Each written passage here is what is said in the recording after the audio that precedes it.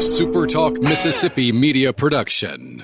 Middays with Gerard Gibert is on the air. Middays with Gerard Gibert is powered by C Spire. Power your home or business with C Spire Fiber. To learn more, visit supertalk.fm/C Spire. C Spire Fiber powers SuperTalk Mississippi.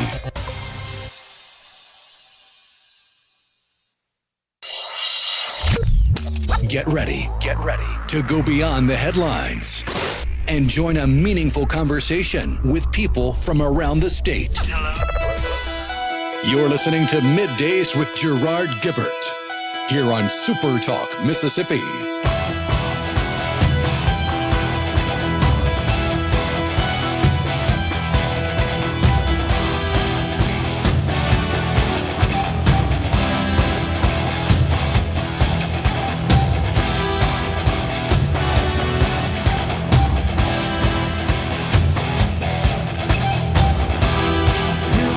Good morning, everyone, and welcome to Middays, SuperTalk Mississippi. I'm your host, Gerard Gibert, along with Rhino in the Element Wealth Studio, guiding you through the middle of your day with facts, fodder, and fine music on this Hump Day. Man, yeah, we've made it on in there. And, wait, it's June 3rd, right? Well, that has some significance here in the great state of Mississippi. I'm sure you've got a musical selection or two lined up for us. As a result, we're all buckled up, ready to go. It's Douglas Carswell, President and CEO of the Mississippi Center for Public Policy. At 11:05 today, at 12:05, Jeremy Vanderloo, Vice President of Business Operations and Strategy for Entergy Mississippi. We'll have more conversation about data centers and, of course, their consumption of electricity seems to continue to dominate the conversation in the state to a great extent with respect to data centers and the country. Mr. Carswell, coming in at 11:05, will give us an update from the Mississippi Center for Public Policy. They just launched a brand new web tool that compares every public school in Mississippi. So the goal there being to allow parents to put in their kids' scores and see how they compare to others in the same district, same school, state, across America. Good stuff. Little comparative analysis is what we would call it. So look forward to those conversations today. It was primary day yesterday. Many key races contested across these United States. I guess most of the focus was on California. We got a governor's race, the Los Angeles mayor, and then there were some special elections for, I believe, 4 or 5 California House districts. But it looks like, it's been a long time, I should say, that a Republican is going to head to the general election in November in California as governor. Now, California has an open, what's called a jungle primary. All candidates that are running for the office, regardless of their party affiliation, are on the ballot. How many were there, Rhino? Like 60 running for governor or something insane like that. And many of those, most people couldn't tell you who they are. But it looks like it's Steve Hilton. You know him? He Fox News fame, honestly. It's kind of how he got his name known in the country and certainly in California. And he decided that he would try his hand at running for governor. And currently, with 58% of the votes in, he leads that race. Again, remember, it's Democrats, Republicans, Independents all together on only 58. 58. Oh, my gosh. So, and some wild names. I saw that. Living for God and country, DeMott. I saw that. Got 1,300 votes. How about Barack D. Obama Shaw? Got 10,000 votes. Man. Yeah, some of them I can't even pronounce, honestly. I'm looking at the list as well. It's so incredible. Thunder Parlay. I see that one now. Strong name. Oh, man. And then at the very bottom, an independent, Serge Fiankin, 305 votes. How about that? But Mr. Hilton at the top with 27.8% of the votes. And then Javier Becerra, he, of course, the Democrat, used to serve under Joe Biden. What was he, Health and Human Services Secretary, I believe? He is in second place at 25.4%, about 100,000 votes of 2.6 million between the two of those separate. In third place, it's billionaire Tom Steyer, who's already dumped $214 million of his own coin into the race. It doesn't look like he'll be competing in the fall after spending $214 million. Don't feel sorry for him. He's still got a few billion in the bank. He came away with 19.6% of the votes. The one I'm sort of celebrating, honestly, because she's a loon, is Katie Porter. Got 4.6%. That lady's crazy. I'm not sure I agree with her on anything. She's a left-wing nutcase loon. She going down. So it looks like it's going to be Hilton and Becerra. And, of course, when you think about sizing up that runoff, a.k.a. general election in November, I guess the question is, Rhino, is how do all these votes get split up that voted for the candidate that's not advancing? Do they throw their weight behind the Democrat or the Republican? But it looks like it's Steve Hilton. And so I would have to imagine that there's a solid swath of the bottom 40 candidates that those 40 electors just don't vote again. I think you're right. Because they were only excited about their one candidate, and they were excited enough to cast their vote for their candidate, but their candidate only got a couple thousand, so they're just not going to worry with it. That's a good point. That's not going to make a whole heck of a lot of difference, but it will make some. Yeah, I think you're right. Eric Swalwell, he didn't do too well either, did he? He, the one, of course, infamously, allegedly slept with a Chinese spy, among many other Fang Fang. indiscretions. Oh, man, he, of course, used to be in the United States House. Wow. So this election, one way to describe it, it's doozy is what it is. But they're going to fight it out between now and November.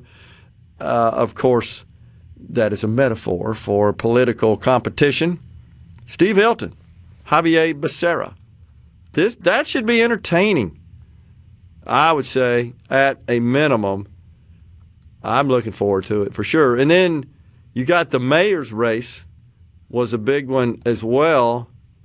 What's that one looking like? It looks like with 63% of the votes in, Karen Bass. What did Kelsey Grammer call her? Karen Bass Ackwards. She's got 34.8% of the votes, 172,000. With 63% of the vote in, right up, I'm looking at that, 496,000 votes? Jeez, how many people are registered in the city of Los Angeles? What did you tell us yesterday? 6 million or so? In the city proper, you would think, 4 million registered to vote? And we got 496,000. That's 63%. So we got a ways to go. And once again, we got to wait because in California, they have very liberal, generous mail-in voting accommodations. And I don't remember the exact time frame, but they got several days to receive those ballots in. Remember, that whole idea has been a controversial matter as well. As it has been in the state of Mississippi, as you know, with respect to, okay, if the ballot is postmarked by the close of business, by the end of actual election day, we count it. If it comes in, even though it arrives after election day. There's some who say, no, it should arrive by election day. Bottom line is, the reason here today, 12 hours after they closed the polls, 63% of the votes are in, is because of that.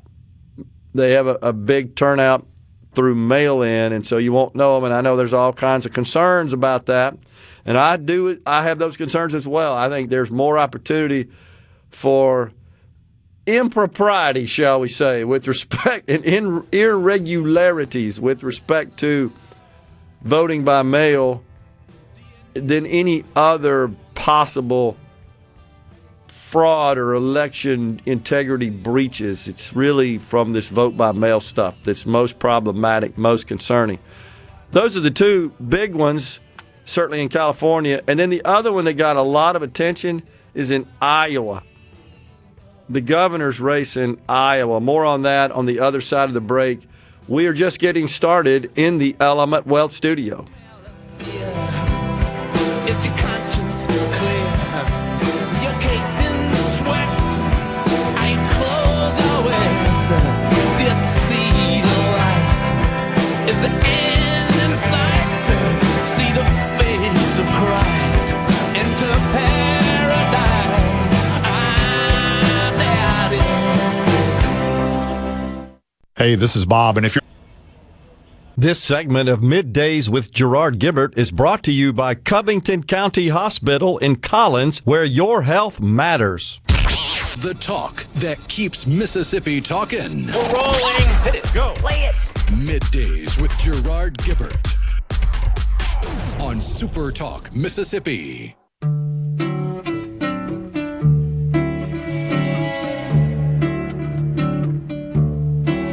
It was the 3rd of June, another sleepy, dusty Delta day. I was out chopping cotton and my brother was baling hay. And at dinner time we stopped and walked back to the house to eat. And Mama hollered at the back door, y'all remember to wipe your feet. And then she said, I got some news this morning from Choctaw Ridge. Today Billy Joe McAllister jumped off the Tallahatchie Bridge. Papa said to Mama as he passed around the black-eyed peas, well, Billy Joe never had a lick of sense. Pass the biscuits, please. There's 5 more acres in the lower 40 I got to plow. And Mama said it was a shame about Billy Joe anyhow. Welcome back, everyone. That's right, June the 3rd, Dusty Delta Day. Man, that obviously put her on the map and to a great extent put the state of Mississippi on the map. Famous song there, Ode to Billy Joe. That, of course, by Bobby Gentry. The accent's just perfect. That's like quintessential refined Southern accent there by her. And she just delivers it perfectly. Great tune. Appreciate that, Rhino. I thought the Supreme Court just ruled you could only count votes that arrived by Election Day. So I'm not sure how that applies to this situation in California, but that was the case that, of course, involved the state of Mississippi. That's for most, by the way, on the C Spire text line. And so in Mississippi, I believe we looked it up 5 days, right, after Election Day, Rhino? But I think most, as I recall, Rhino, help me with this, that what the ruling concerned was the postmarking of the ballot. What you can't do is count votes that are received within the grace period that are postmarked after Election Day. That's what I recall the Supreme Court said. Nope, it's got to be postmarked. Isn't that right, Rhino? Because there's all kinds of discussions about, well, what if they don't use the post office to send it in? Thus, there's no postmark with a date stamp on it. I seem to recall that was the issue at the heart of the case, more so than it was receiving after the election day. I know you're looking at it while you do that. So we'll certainly see where all that lands. But right now, officially, the word out of California is, yeah, we still got outstanding mail-in ballots. And so I do believe they have to show as being postmarked by Election Day to be counted. If they're postmarked after that, even though they're within the period after the Election Day that is considered that sort of allowable period to receive a ballot and count it, include it, still got to be postmarked by that day. Are you looking at that? I know it was kind of nuanced, but that's my recollection of it. Help us out when you get to that. How about this in Alaska? This is fascinating. They've got a primary coming up, and this primary is for United States Senate. Senator Dan Sullivan from the state of Alaska running for re-election. There are 15 competitors in the Republican primary for his seat. One of them has the name of Dan Sullivan. There are 2 Dan Sullivans on the ballot. One of them is the incumbent senator, and the other is not. Now, I'm not sure exactly how they'll distinguish them. Senator Dan Sullivan believes this is some tomfoolery by the Democrats, that they went and found a Dan Sullivan and coaxed him into running so that he could confuse the heck out of everybody. 2 people with the same name on the ballot. And so the Republican chairman of the state and the National Party, they're weighing in. They're not happy about this. I'm not exactly sure what you do. Somehow they've got to distinguish them, right, with a middle initial or name. I don't know, something. We don't have that SCOTUS decision just yet. That's why I couldn't find it. Okay, so I was looking at a list. I was like, "Where is it on this list of decisions?" Well, okay. They had the oral arguments. They haven't handed down a decision on it. Okay, yet. well that explains it, because what we allow in our state, right, is 5 days, as long as it's postmarked by Election Day. But I think there's some questions about, well, there could be other routes to you other than postmarking. That you've seen some comments in the hearing. Remember that on that matter. So, and that's isn't Secretary of State Watson, and he listed as the defendant, right? Or is he the plaintiff? I can't remember. Somebody's complaining about it. Yeah, the full case name is Michael Watson, Mississippi Secretary of State v. Republican National Committee et al. Okay, that's right. He's compelled to essentially be styled as the plaintiff here. It's the party that wants to change that. That's right. They don't want to count those ballots that are postmarked after Election Day, and maybe even received after Election Day. It's received after Election Day. So in Mississippi, it had to be postmarked by Election Day, but can be received within 5 days of Election Day. We're still going to count it. And the Republican Party, I'm not sure why they picked Mississippi to sue over that particular policy, but they did, and that caused Michael Watson, as our Secretary of State, the chief election officer of the state, to serve as the defendant in the state, and to be listed as a defendant in the official lawsuit is where we are. Okay, but right now, to your point, no decision. Thus, California. And I'm not sure what the rules are in California, if it just has to be received within that period after Election Day, or if it has to be postmarked. My guess is it's the former, just because they tend to be more liberal in the application of any sort of election rules. But the big thing is that's why we don't have all the results in. And then the other one I forgot is to mention in the last segment is the mayor's race in California. Los Angeles, I should say, and it looks like that Spencer Pratt is headed to a runoff along with Karen Bass. Bass did receive most of the votes. Neither one of them got 50 plus, but it looks like they're going to be facing off against each other in the runoff to be mayor. I think the good news is Republicans are doing better in a deep blue state. And I've also seen reports that suggest there's been a surge in Republican voter registration. In California, they do register by party, something we don't do here in Mississippi. And you can only vote. Actually, it's not that you can only vote in the party's primary because parties don't do primaries. But in states where they have that, that's the way it works. California, it's a jungle primary. Everybody's on the ballot, regardless of party affiliation. I don't think you're required to name a party when you register, but it's allowed.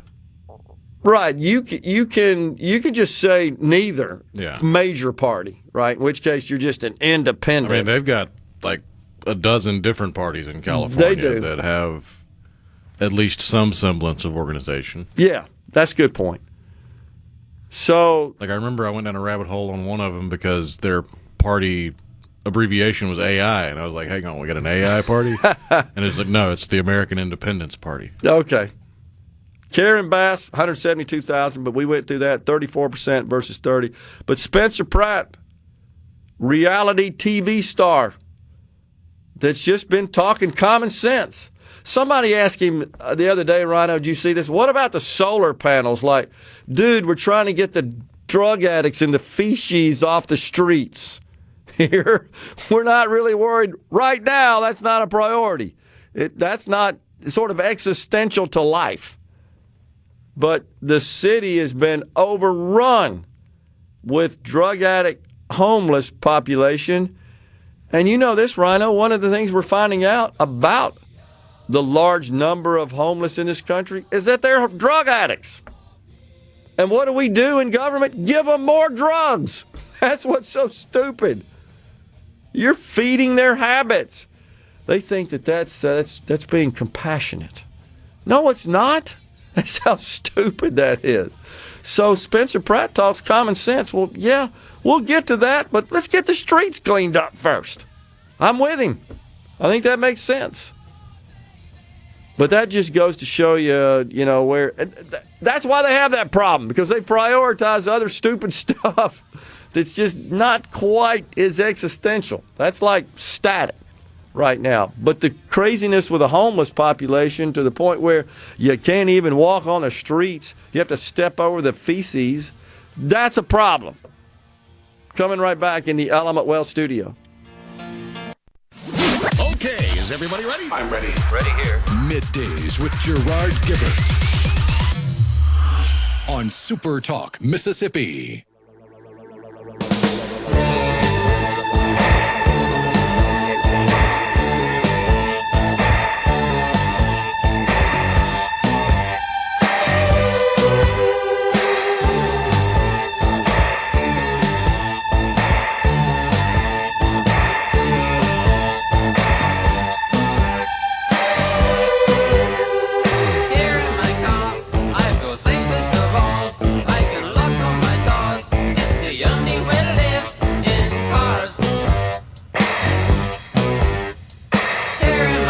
The other race of note contested yesterday was the race for governor in the GOP primary in Iowa. So Randy Feenstra had the support, the endorsement of President Trump, but he did not prevail in that race. Zach Lon, a businessman, a farmer, but that didn't happen. So Feenstra, again, with the president's endorsement, defeated by Zach Lon in the Iowa Republican primary for governor. And that is a pretty rare rebuke, I would say, of the president's endorsements during this primary season. Lon is a businessman, a farmer, won the race. The Associated Press said early Wednesday, 99% of the vote in, get this, 37.8% to 37%. Wow. That's pretty dang close. So this is a red-leaning state, of course, and it is considered a toss-up in the November election. We shall see. But that's one of interest simply because the president did weigh in And in this particular case, the Trump-endorsed candidate did not end up winning the race. So it'll be interesting to see what happens there. Also, there's a Senate race in Iowa, right? Senator Joni Ernst stepping down. Not sure what the results were in the Senate primaries. I think there is some concern about red-leaning Iowa possibly supporting a Democrat for Senate. There was some concern about that. I'm not sure where that stands today, kind of what the sentiment is, what the polling is saying, but it's something to keep an eye on for sure.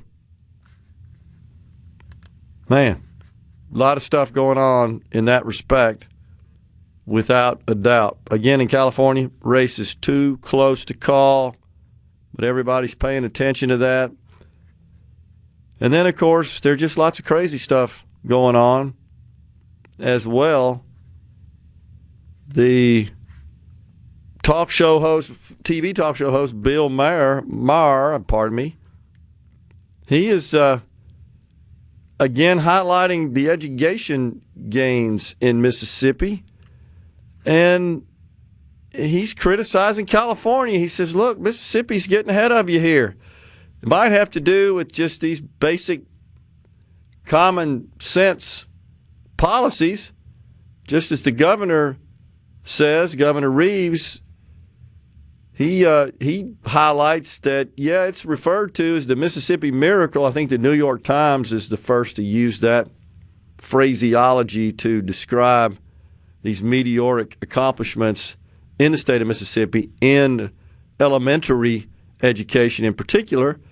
But Governor Reeves says really not a miracle. It's just common sense. And I know we've covered that before, but it's worth noting again because it's getting more attention. Bill Maher just talked about it on May 29th on his episode of Real Time. He said, why are kids seeing improvement? What we know about the Mississippi Miracle in education funding today is that politicians just implemented common sense policies. And he's posed these questions to the gubernatorial candidates, like how would you handle education in the state of California? Would you consider policies that Mississippi adopted? He said, Mississippi is kicking our ass in education and for way less money. We're 37th in fourth grade reading, they're 9th. It ain't got nothing to do, as you know, Rhino, with the amount of money being spent. Now, I haven't looked it up, but I'm going to go out on a limb here and guess that they spend over $20,000 per student in California, whereas here the average, when you take into consideration state money, federal money, local money, $13,000, $14,000, I think is the last figure I saw related to the cost per student per year in Mississippi. What the heck is it in California? I bet it's north of 20. I think New York's almost 30. 30 for a K through 12. If you calculate total state, local, and federal funding allocated to the public schools in California, the state receives and spends approximately $24,700 per student. There you go. And what are we here? 13, 14? I think. Half as much. Little more than half as much. But producing better outcomes. Not about the money. Doesn't mean you don't have to have an appropriate amount of funds, but they've got to be invested and spent and managed appropriately. On average in Mississippi, depends on the county, but it's between 13 and 14.5 per student. That's what I thought. Of which 7 plus comes from the state, in accordance with our new formula. New as in what? Enacted a couple of years ago, replacing the old MAEP formula. So good for Bill Maher for highlighting that.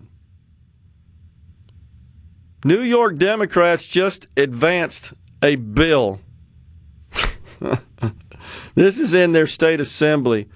I'm looking at the bill, which would replace the words mother and father with terms like gestating parent and non-gestating parent. Of all the problems you got in New York, that's what you're focused on? Seriously? That's how loony all this stuff is. I mean, it's just really incredible. And then, you know, we haven't talked about it yet because we're only a couple of days into the month, but of course it's Pride Month again. I will never forget sitting at this mic, I think it was 23, and that's when, maybe 22, the George Floyd thing, which seemed to be the springboard for all the kookiness.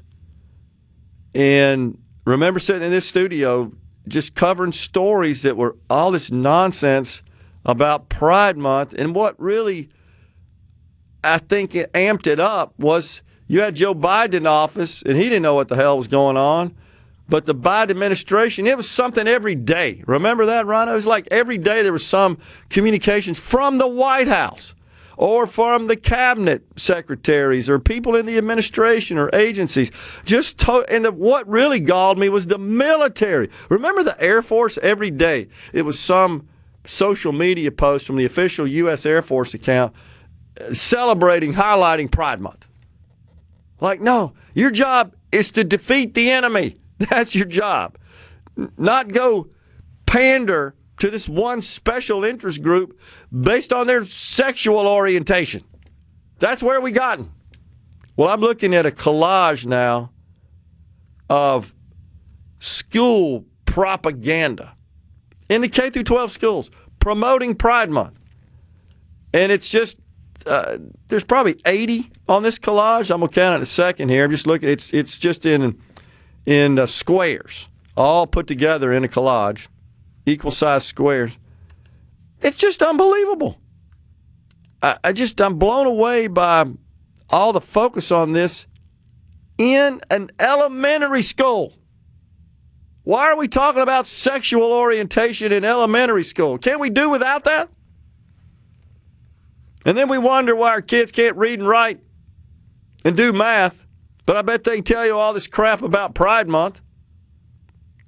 And just to be clear, to those who embrace and celebrate it, knock yourself out. We just don't need to thrust it on kids in the schools. I don't want to thrust Straight Month on them either. I don't want them talking about sexual orientation. I want you talking about math and science and reading. Stuff that would be of value to you. To take care of yourself as an adult and contribute to society. Simple as that. But they go overboard. You are seen. I'm looking at one of them. You are seen. You are loved. You belong. Oh, my gosh. Another one, be you fully, with the word fully, of course, stenciled in with the rainbow colors. This is in an elementary school. Am I being old-fashioned fuddy-duddy here, or is this just inappropriate? And you're seeing more reports of drag queen shows in elementary schools. And it just hurts me to see these little, 3 feet high people that are a few feet away from this twerker. What the hell? That's disgusting. You want to go twerk? Go do it somewhere else, not on school grounds. Democrats in general are disgusting people. Jeez, and they're embracing and promoting this. Man, we got a lot of work to do. The woke isn't dead as we think it is, that's for sure. We're coming right back in the Element Well studio.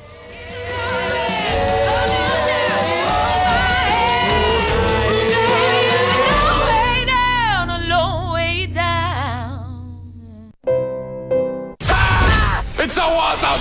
Middays with Gerard Gibert. Come on, let's get on with the show. On SuperTalk, Mississippi.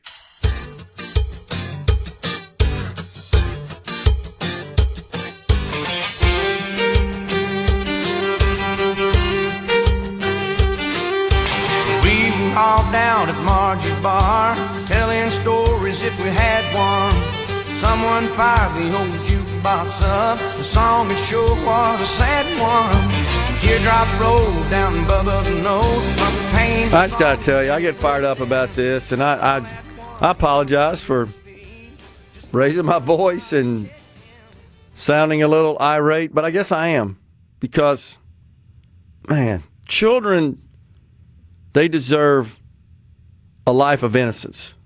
There'll be plenty of time for them to adult and witness bad things in our world, in our society, and hopefully they're raised properly so that they can discern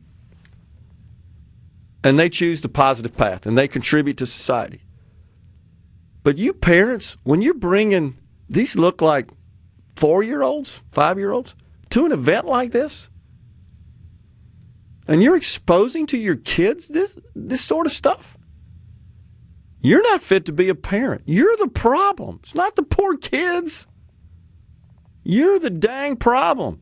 You don't deserve children. Is that too harsh? No, because the ideology of the liberal left in America is so insane and so divorced from reality. They have to indoctrinate children with it because it's the only malleable minds that will accept the insanity as reality. That's true. But you know what galls me about that is that they abuse exactly what you're talking about. They know that children are all ears and eyes, consuming, submitting, learning, processing. That's what children do. And guess what? If you feed them good stuff, well, they'll consume and process and remember and be influenced by that and remember it. But when you feed them bad stuff, you're screwing them up. It's you. You're responsible. Totally. Man, it's just sickening. Again, you want to adult, do drag queens? I don't care. Knock yourself out. Right? That's freedom. And you, of course, have the freedom to bring your kids to this event. You're stupid for doing it. Yeah, that same freedom allows us to call you stupid. That's exactly right. 100% right. And so even though we kind of thought we were in the post-woke era, here's the Girl Scouts of Nebraska. Happy Pride Month, they recently posted yesterday. This month, we celebrate the LGBTQIA plus community and reaffirm our commitment to creating spaces where everyone feels welcomed, valued, respected, and free to be themselves. Could you just not cut and paste that in all this crap? It's the same virtuous, just sounds so flowery. What did I find out? The word to describe that, grandiloquent or something like that. You look like a fool. Looking for a way to learn, reflect, and celebrate? Check out the Girl Scout USA's program. Want to celebrate with us in person? Join us at the Lincoln and Omaha Pride Parades. Participation is free. The Girl Scouts? That's what they're teaching? Unbelievable. With links, of course, to the Lincoln Pride Parade and the Omaha Pride Parade. Do they even know what a girl is? That's just crazy. It totally is. There's a reason I call it the woke religion. Because that's their dogma. That's their woke prayer. That's true. That's totally true. With those magic words, they feel better about themselves. I guess so. They've signaled their virtue. Oh, man. Unbelievable. So, okay, I'm going to pivot here. We got a little Mississippi finance. We just got the revenue reports for the month of April. Good news is, on a fiscal year-to-date basis, and we would have 2 months remaining to report, May and June, in the fiscal year. Our revenue is up over estimate by $184 million for the month, $64 million. That's likely because a lot of people paid their taxes, even though we got an extension till what, June 8th, I think, is when you gotta finally pay up. So, good news for Mississippi in that respect. Now, a breakdown. This is interesting. Most of the increase for the year, by the way, it is for the fiscal year. It's $184 million. To the good, in excess of the estimate relative to last year, the prior year, it's $97 million better than the prior year. But here's what makes up that $97 million.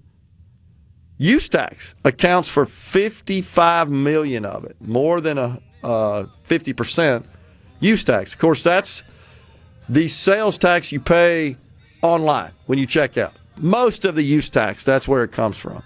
So remember, we passed a law a few years ago that requires sellers that into the state of Mississippi, online sellers, to collect. It actually says sales tax, but it's use tax because it's coming from out of state. But it's the same thing, but it is used differently. It is appropriated differently. But yeah, that accounts for $55 million. Individual income tax, no surprise, down $20 million relative to the prior year, and that's just because we reduced the rates this year. We're at the 4% rate. Next year it goes to 3.75. Stepping aside for Fox News SuperTalk News, Douglas Carswell is next.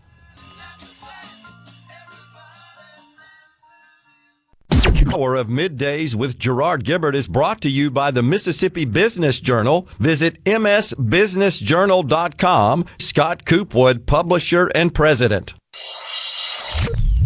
Get ready to go beyond the headlines and join a meaningful conversation with people from around the state. You're listening to Middays with Gerard Gibert here on SuperTalk, Mississippi.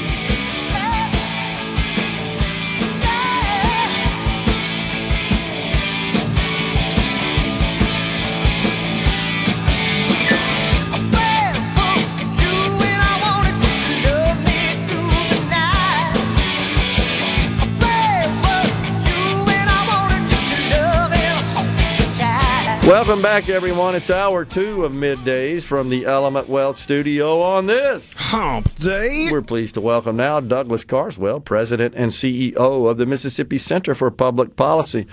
Douglas, thanks for coming in, man. Appreciate it. Hello. It's great to be here. So your organization has spent a fair amount of cycles promoting the policy of education freedom, and you've invested a lot just in education in general, because that is a big function of state government, and that's where primarily your efforts are directed. And so your organization has created a really neat tool that would allow parents to get a little bit more information about their schools, other schools, and do some contrasting and comparing. Tell us what that is, how to get to it, what we can do. A lot of families will be on the start of the long summer vacation, and the idea of returning to school in August probably seems very distant. But as that date gets closer and closer, parents might start to think to themselves, is my kid in the right school? What is the local school really like compared to other nearby schools? How is my kid doing? We hear politicians talk about the Mississippi Miracle, but what does it mean for my kid? So we've created a web tool, comparemyschool.com, and it's completely free to use. You don't need to sign up. We don't keep your data. It allows every family in Mississippi to do several things. Number one, you can go in there, look at your local school, and it gives you the accurate information about how your kid's school is doing. No gloss, no politician varnish. It gives the unvarnished truth about your school, and it allows you to compare it to other nearby schools. That's the first thing it does. It then allows you to see how your kid's school stands compared to other schools in the district and other schools in the state. But here's the really neat thing. It also then allows you to type in your kid's grades, your MAAP grades. Mm-hmm. And using that information, you can then see how your kid is doing compared to others in their school, in their district, in the state, and with caveats to other kids across America. We don't think any other site allows you to do this. This does allow you to do this. And we think this gives parents a real sense of how their child is doing in their school, state, and district. Yeah, I'm on the tool right now, and it's a great interface. It's easy to use. It's well designed, and it's to the point. It's perfectly relevant to a parent, a guardian, a family that's just interested in how I know what my child's doing, but how does that stack up, as you guys say, and how does that compare to other students without knowing their names here? There's nothing about that. It's just more about averages and so forth. How do they stack up there? And then school versus school, district versus district, all the above. Interesting data. And you start out by showing kind of a dashboard format how many public schools we have, 812, 147 districts, 238 rated A, 36 rated F. So, and that would be the individual schools, not districts. One of the reasons we built CompareMySchool.com was because I think some of the labeling about districts, is it A or B or D or F, some of that is frankly a little bit meaningless now. There's been so much grade inflation. Okay, so my kid goes to an A-rated school, but what does it actually mean for my kid in my school? CompareMySchool.com is the answer to that. It allows you to see what it means for your child. It cuts through all that bureaucratic nonsense, and it gives you an insight into how your kid is doing. And I think it's a powerful tool. Another thing it doesn't just allow you to compare your kid to where they're doing compared to others in the school, or where your kid's school is doing compared to other nearby schools. It actually does something really neat. It shows you how much your local school district board is spending on average educating or sometimes failing to educate your child. And then it shows you what the local private schools are charging. Oh, okay. And here's a really interesting thing. In somewhere like Jackson, the local Jackson Public Schools are spending about $16,640, often failing to educate your kid. The local private schools, on average, are charging $13,000. So here's an interesting thing. It shows you that the public schools are always spending more money on getting the outcomes they get compared to the private schools. And I think that's a really important thing for parents to be able to understand. When we talk about school choice, you've got to be able to say, what are they doing or failing to do with your tax dollars? And CompareMySchool.com allows you to see that in real time. So that kind of, I would say, refutes this idea that more money is needed to improve education outcomes. I think that's the point there. Yeah. When you plug in your kid's school, a little graph will pop up at the bottom that shows you how much your school district is spending per student and where your school district stacks up in relation to others in terms of academic standards and outcomes. And the really interesting thing from that is that actually the more you spend per student, the worse results you're getting. It's the opposite of what we've been told for years. You've got some school districts in there that actually get below the average, that are getting some fantastic grades, and you get some frankly disgraceful results there where you've got these incredibly well-resourced school boards. Quite what they're doing with the money, I don't know. But the data that we produced on CompareMySchool.com allows families in those failing school districts to see the bondoogle that's happening with their kids' education. I just did a few while you were explaining that, and it's real straightforward. And the search tool to find your school actually has these schools listed in a drop-down box, and you can start typing; it'll find that for you, or just pull up the drop-down box. It's in alphabetical order. You just find that, and so it displays the overall grade of the school, and then proficiency in the major subject areas: reading, math, science, history, graduation rate, and then college and career studies. So those are the major KPIs to certainly measure a school. And it's well done. One thing we've tried to do is give you a sense of where your child sits, not just in relation to the other kids in their school, the district and the state, but across America.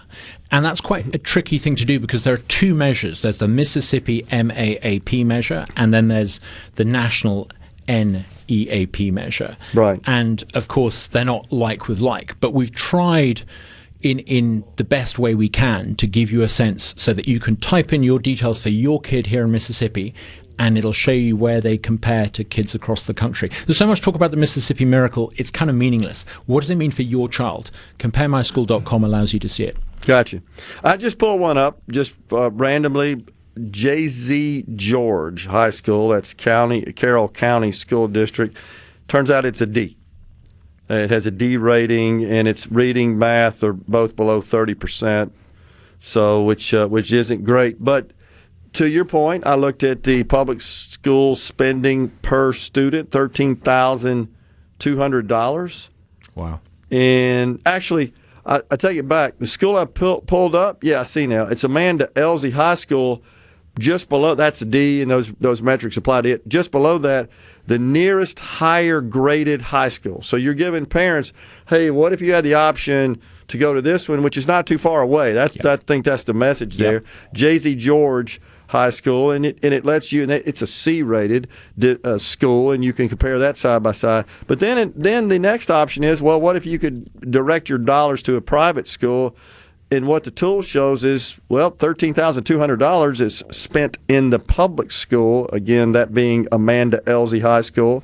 And then the average private school tuition in the area is $7,500. So if you allowed parents to see that, some of them might say, what the heck is the local public school system doing with $13,000 when I could take half that money and get a first-class education down the road? And more importantly, I would respond to those who oppose school choice on the basis that, well, we're taking public money and we're funneling it to private schools that aren't regulated and don't have to submit to the same standards, and we're paying private entities. Well, would we actually be better off as taxpayers in this particular case? Yep. Looks to me like we would. Yep. I think the real key game changer to all of this is information. And what CompareMySchools.com does, it gives you as an individual Mississippi parent, taxpayer, grandparent, the power to go in and see for yourself. What does this mean for your kid? So look at CompareMySchool.com, have a look at it, use it. It's completely free to sign up. We don't keep your data. I want you to have a look at it because I think it can change the conversation for the better. It's neat. Stay with us. We'll keep talking. Thank you. We got Douglas Carswell, President and CEO of the Mississippi Center for Public Policy, coming right back. Here comes the sun, I say, it's alright. Here comes the sun, here comes the sun, it's alright. It's alright.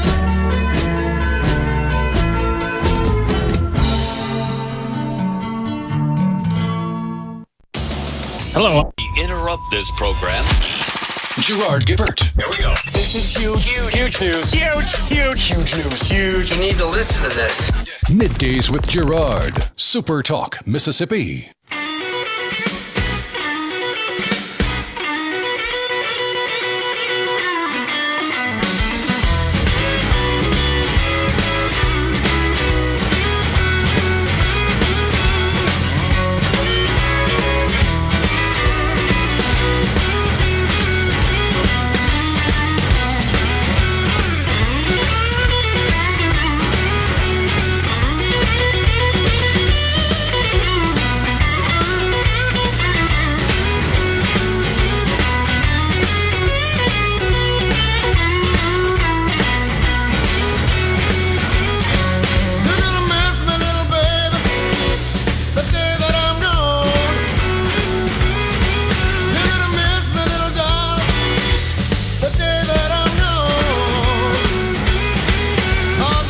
What the graph shows, 38%. Welcome back, everyone. It's Middays. We've got Douglas Carswell, President and CEO of the Mississippi Center for Public Policy.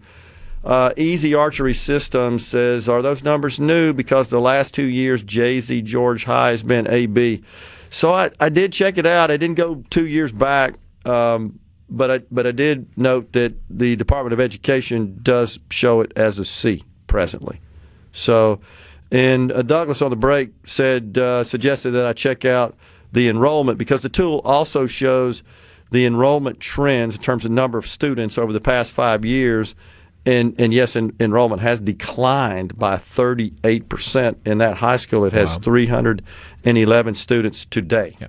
I think if you're a parent or grandparent mulling over whether your kid's in the right school, it's really important to have that information. If a school or a business lost 40% of its customers over the past 5 years, I think you'd want to know that. Yeah. And so for what it's worth, this particular school, which is rated a C, has a public spending per student of $11,800, so that's $1,500 less than the other school that I pulled up, and Amanda Elsie, and with a D rating. So once again, showing that it's not a matter of the amount of money spent. Mm-hmm. Now, the closest school to this one, and I'm not trying to pick on these schools, as you know, I just wanted people to know.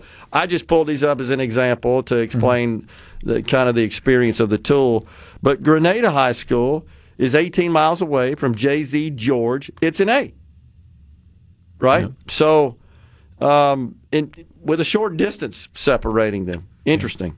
It's also got an interactive map. We spent hours making sure that the little dots actually line up exactly with where the schools are. I'm looking at it. You can look at the map, and that gives you a real good sense of where the different schools are compared to your neighborhood. So have a look at it. Comparemyschool.com. Yeah, it's good. Well, you guys did a good job with this. Well, thank you. Very valuable information that's quite easy to navigate and understand.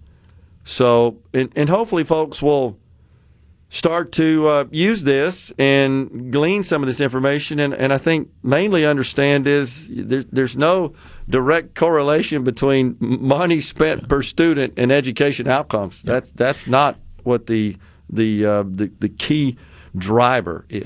Yeah. We want Compare My School to be a benchmark that anyone feels they can use to get accurate, reliable information and a real insight into what it means for their child.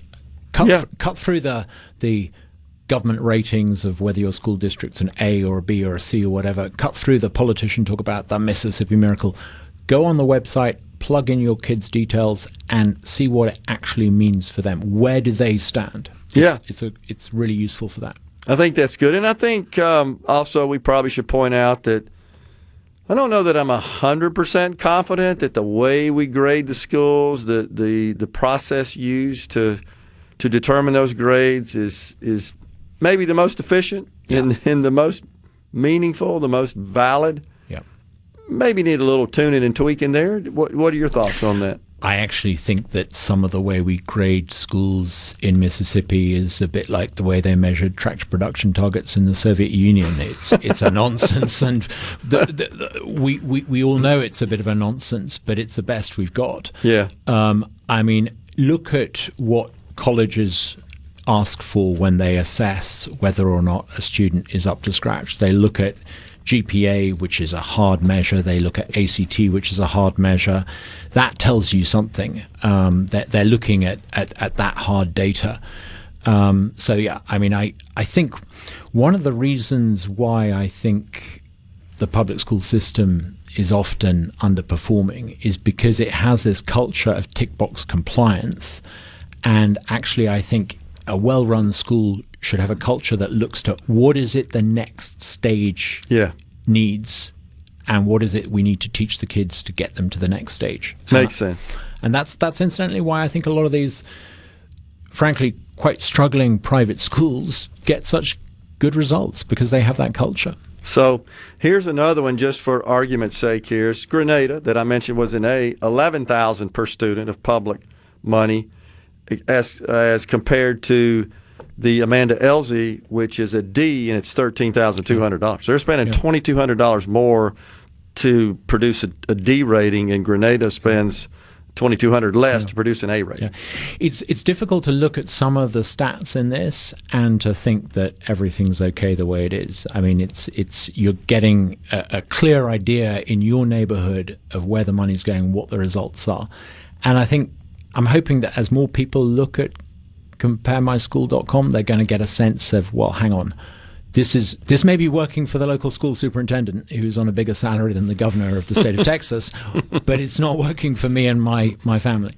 Also, for what it's worth, Grenada, the A-rated school, 1,995 students today, flat trend in enrollment over the last 5 years. 0.8% decrease. It's flat. I think the website shows consistently one of the best state districts is Ocean Springs. Yeah. And they're one we have a great listener from there, Casey Waters, who's on the school board, by the way. And they do really, really well, and they have one of the lowest per student spending numbers in the state. So, we need, how do we make every school board district more like Ocean Springs? Give parents power. Yeah. And I'm looking at it right now. An A-rated district spend $10,300. Nearest private school or private school average in the area, $9,500. But produces an A rating and enrollment 0.3% decline over the last 5 years, 1,858. But looking at the scatter graph, they're in a good position because they're in the A side of the chart there, but they're not way up in terms of spending per student. So that is optimizing the money being invested. You're producing an A, and you're not spending as much as the ones generating D's and F's. And thanks to this site, we can see that. We can see who's really doing well and who's actually just ticking the boxes and spending your money and not really giving you and your family the opportunity. Good stuff. I'm sure you've seen the report. We shared it on the show yesterday, Douglas, about the city of New Orleans that converted to an all-charter school, public school system after Katrina, producing amazing outcomes, all charter schools. Yep.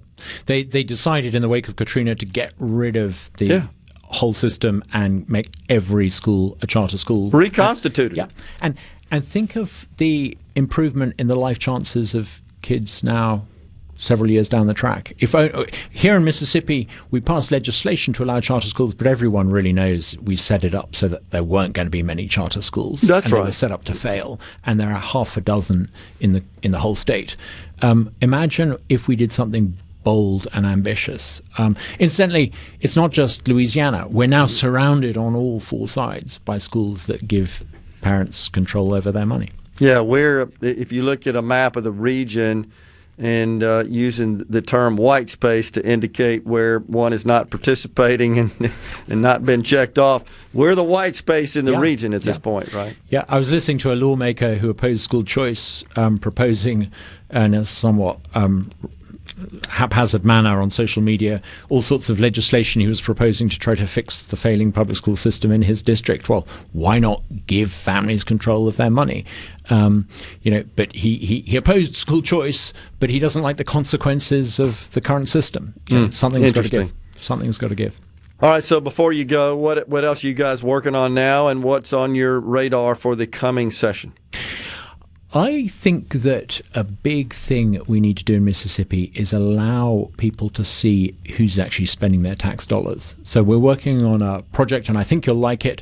It's not yet quite ready to launch, but it allows every Mississippian to see exactly what the federal government is doing with their tax dollars, the state government doing with their tax dollars, and their local municipal officials. And it also allows you to see why spending has gone up. It breaks it down so you can see what the cost of PERS is on your local tax bill, what the cost of debt repayment at a federal level is. So we think it's the ultimate tax tool. And we think that if that comes alongside CompareMySchool.com, it will allow ordinary people to really see who's actually spending their tax dollars. And we think it will transform some of the discussion about tax and spend in Mississippi. So that's a big thing we're working on. It's nearly 250 years since America was born, and I think it's really, really, really important that we teach young Mississippians that this is the greatest republic in human history, and they should be proud of it. So we're doing a big outreach program, a Liberty Road show, where we're going to schools across the state to talk about some of these issues, and we're getting ready for the biggest party in the world in a few weeks' time. Gotcha. Good stuff. Douglas Carswell, Well, President and CEO of the Mississippi Center for Public Policy. Thanks for coming in, Douglas. Thank you, Gerard. I loved it. Coming right back in the Element Wealth studio.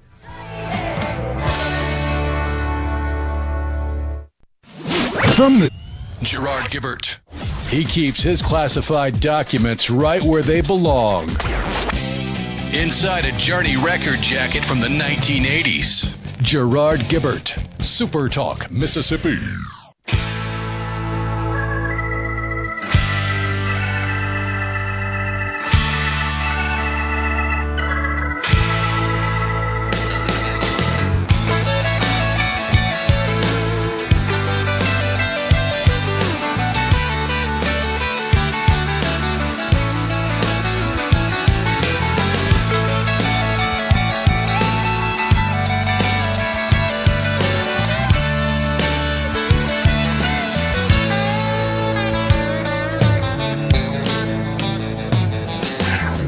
I'm a gonna catch a freight train down gas station, and I don't care where it goes. I'm gonna climb a mountain, the highest mountain. I'm gonna jump off and nobody's even gonna know. I'm gonna find me a hole in the wall. Well, that's a cover of the Marshall Tucker Band's Can't You See? We are back with you in the Element Well studio. Charlie Daniels didn't do too bad a job on it. No, I thought it was fine. Charlie Daniels Band, CDB, he recorded that one. Was just noting that I think I was in high school when that was released by Marshall Tucker Band, and yeah, we loved it. It was great. Everybody had that album back then. Or 8-track, as the case would be, if you were fortunate enough to have an 8-track player in your vehicle in the 70s. On the C Spire text line, from the 228, do you not have to live in the district the school is located in? You do. And that's kind of the whole idea behind school choice with respect to one aspect of school choice known as open enrollment. And all open enrollment means is, or public-to-public transfer, it's sometimes referred to as. It just simply means that a student could request and be granted approval of a request to transfer to a school that is outside of the district in which they live. Under present law, that requires approval by both the receiving school, the target school, and the transferor, as it is referred to, the home school. So you live in one district, you want to go to a school outside of the district, transferor, transferee, respectively, and both sides have to agree to it. Legislation that has been considered that would implement so-called open enrollment, public-to-public transfer. In general, that legislation simply prohibits the receiving school, the transferee school, from blocking such a transfer unless there's a capacity constraint, and there's a couple of other factors as well, criteria as well, as I recall, Rhino, that would allow the transferee school to reject such an application. But right now, it rarely happens because, for the most part, the target school just says no, can't come in. You got to stay in the school that you are assigned by government based on your address. So that is a component, kind of the low-level component of education freedom, public-to-public transfer, open enrollment. Kirk from Columbus, does the app show the administrative cost of each district? It doesn't. It focuses on the total spending per district, per school, actually, per student. So when you retrieve a school and display the details about that school, it does display the amount spent per student. Getting into how that money per student is then allocated and distributed across the expense model of the school, that's a totally different exercise. And what Douglas was saying, and I suspect this will be included, is that this new tool they got coming out that basically is designed to give you a better view of how your tax money is being spent. I suspect that's what that will include, showing at the state, the county, the local, the district level, because if you think about the taxes you pay income taxes, that all goes to the state. You pay sales taxes, that goes mostly to the state, some to the city in which the purchase was made. You pay use taxes, you buy online, that mostly goes to the state. There is an allocation of that to the counties, but there are restrictions on how they can spend that money, I think mainly for transportation infrastructure, roads and bridges essentially. And then you pay sales taxes, well, we talked about that. And then you pay property taxes, And if it's real estate, real property taxes, or if it's personal property taxes, that would be in the business world. There's some personal property taxes on your inventory, although that was being phased out. And then there's personal property taxes on your equipment and other assets, which would be considered assets that are not real property. I'm talking about a business. But from a normal consumer, the main real property tax you pay, of course, is on your house. The main personal property tax you pay is on your car tax. So, and those taxes are allocated roughly by the same, in accordance with the same model of half or more of that going to the school district, 25-30% of that to the county, and then the remainder to the city if you live in a city. If not, you pay the county and the school district tax. You can look at your property tax bill if you see that. I'm not talking about your vehicle car tag bill. I'm not sure if it's noted on that as well. I know on your real estate property invoice that comes from the county tax collector, you'll see the amount of your bill as it allocated as it pertains to those three recipients of your property taxes: school districts, counties, cities. Roughly 55% goes to school districts. So the point there being that looks like the Mississippi Center for Public Policy is going to introduce a new tool soon that would allow a citizen to see how their money is spent across those categories of taxes: income taxes, sales taxes, property taxes, car tags, which are personal property taxes. So those are the major categories of taxes we pay in the state of Mississippi. And then what I was trying to help you out there with is who gets that money? State, your income tax. Okay, how do they spend that money? And that's what the tool's going to do. And, of course, you could go dig through all that now. You just got to go to multiple places. That's the big thing. It's not that information is not available. It's just you got to spend some time traversing and navigating multiple sites to combine all that information and gather it up.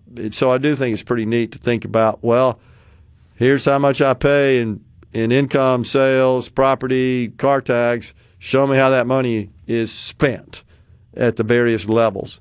Good idea. I think it is.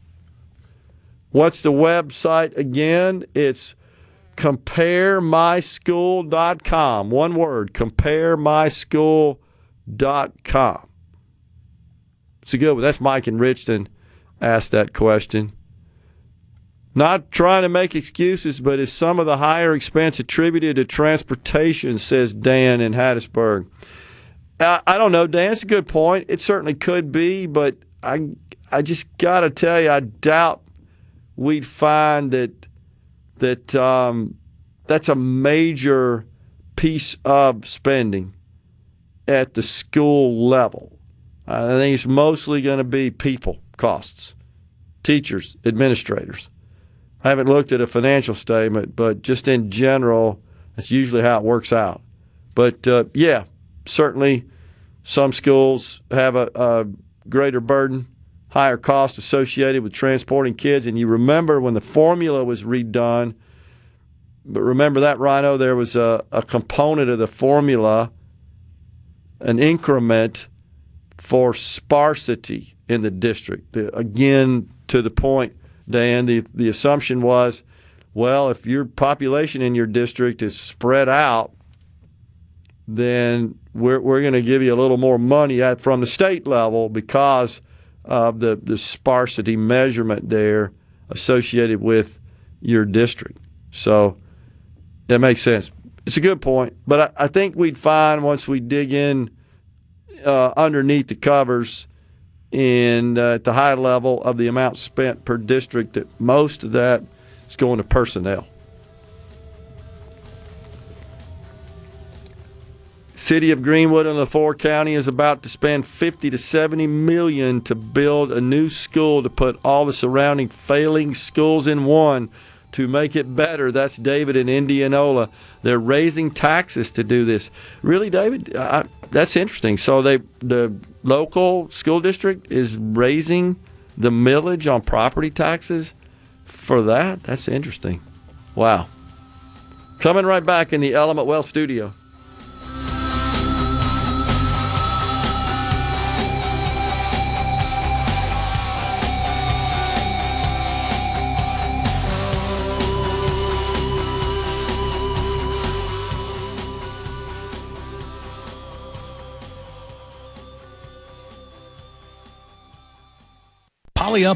Covering the stories that matter most to Mississippians. Gerard Gibert. Middays with Gerard. SuperTalk, Mississippi.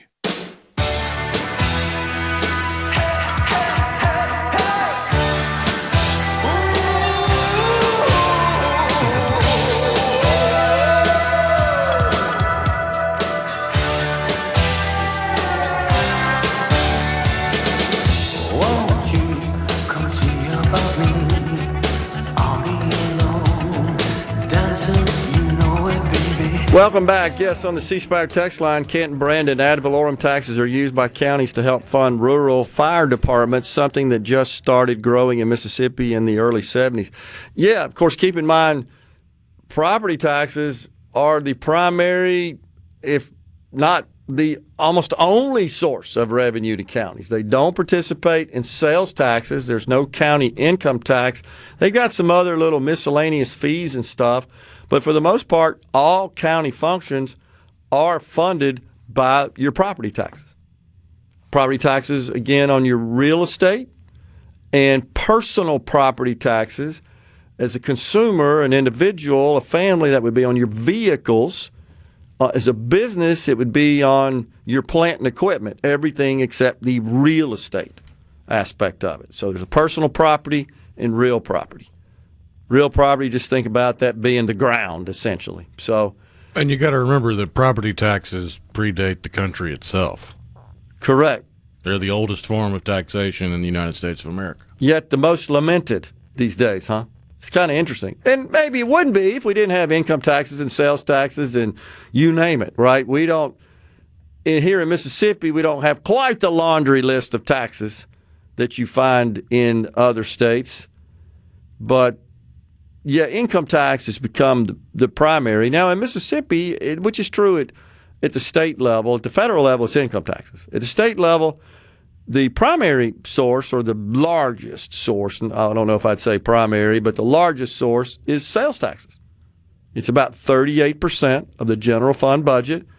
Income taxes, individual income taxes next at about 28%. And then you got corporate income taxes comes in there at about 10%. In the state of Mississippi is the way it works. So sales taxes, consumption taxes, again, the largest category of revenue at the state level. A piece of that gets peeled off and sent down to the cities, even excluding that diversion, it's still 38%, roughly. Actually, every county gets a road and bridge money from the state of Mississippi. The cities do not get that, only the counties. It says Dave. Yeah, so Dave, they also get some use tax income as well for that purpose.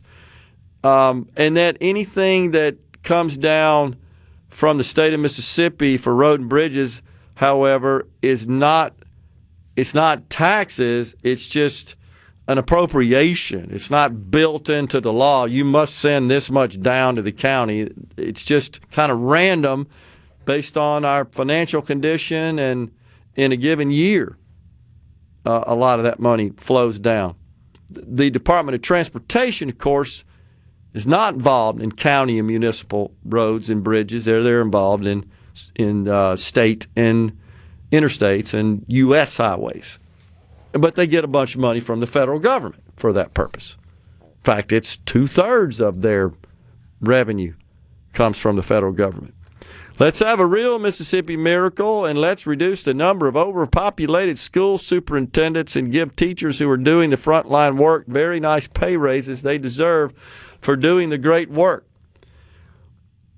I could support that if that also meant that results would improve. I'm not for just raising pay or spending more money if we don't get some return on that. Now, the return on that could be, well, if you don't, they're going to leave, right? So that's got to be figured in as well. It's got to be a market competitive wage to retain teachers. And we do have a teacher shortage right now, and many maintain that that's because the pay is too low relative to the hassles of it. And that varies from, as you know, school to school. There are many teachers that teach in the private schools make less money, but they feel like it's a more suitable environment for them.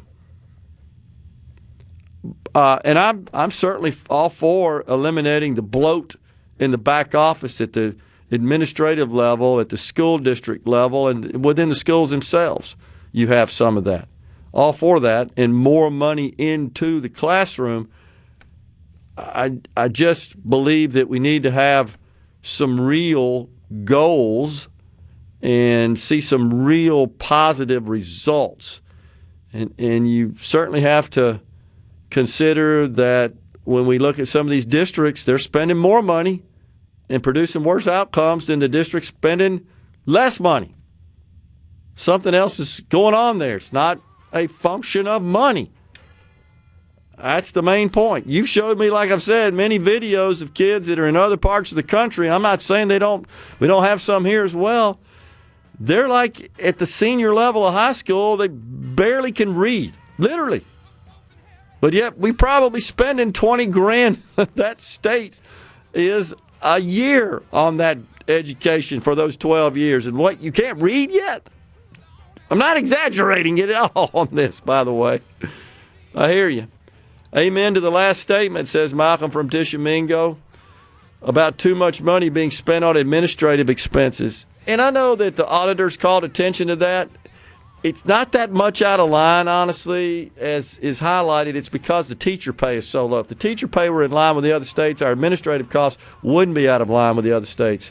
Stepping aside for Fox News SuperTalk News, Jeremy Vanderloo with Entergy next. And now, another hour of the talk that keeps Mississippi talking. Middays with Gerard Gibert. Begin your transition now. Now on SuperTalk Mississippi.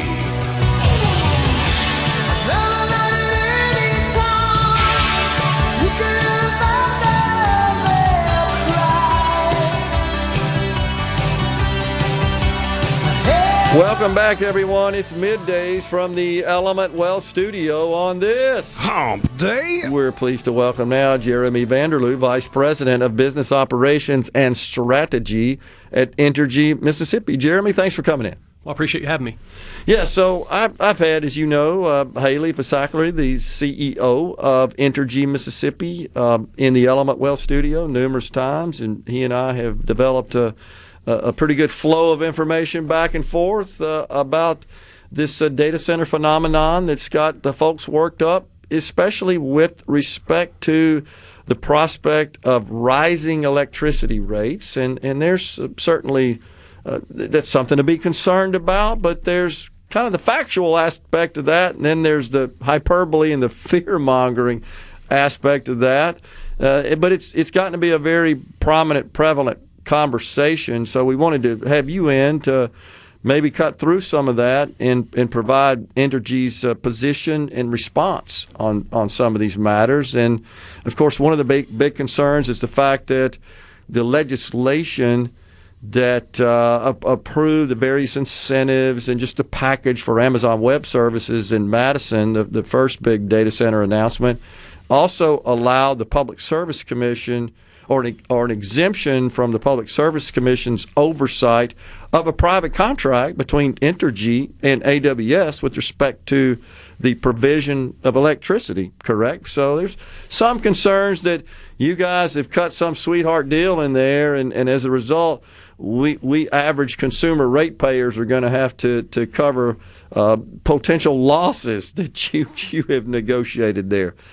Can you respond to that and clear that up for us? Absolutely. There's a lot of confusion and misinformation going around about that legislation. And, you know, we had the benefit here in Mississippi of seeing what other states had done with data centers. Obviously, a lot of data centers had developed around the country before AWS came to Mississippi, and so we were able to learn from those experiences.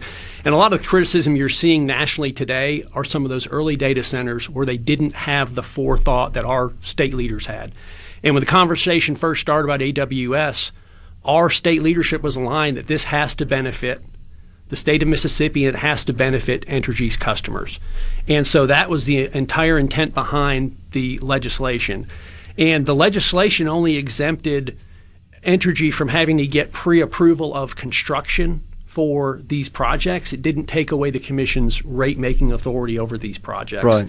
And that's really a big piece of misinformation that's being spread, I think, is what the commission does. And the commission has had access to these contracts. We have shared the terms of the contracts with the commission, with the public utility staff. They know what's in the contracts because they're the regulator who has to approve the costs that we're incurring and make sure that the revenue we're collecting from AWS is enough to offset those costs and actually provide benefits to customers.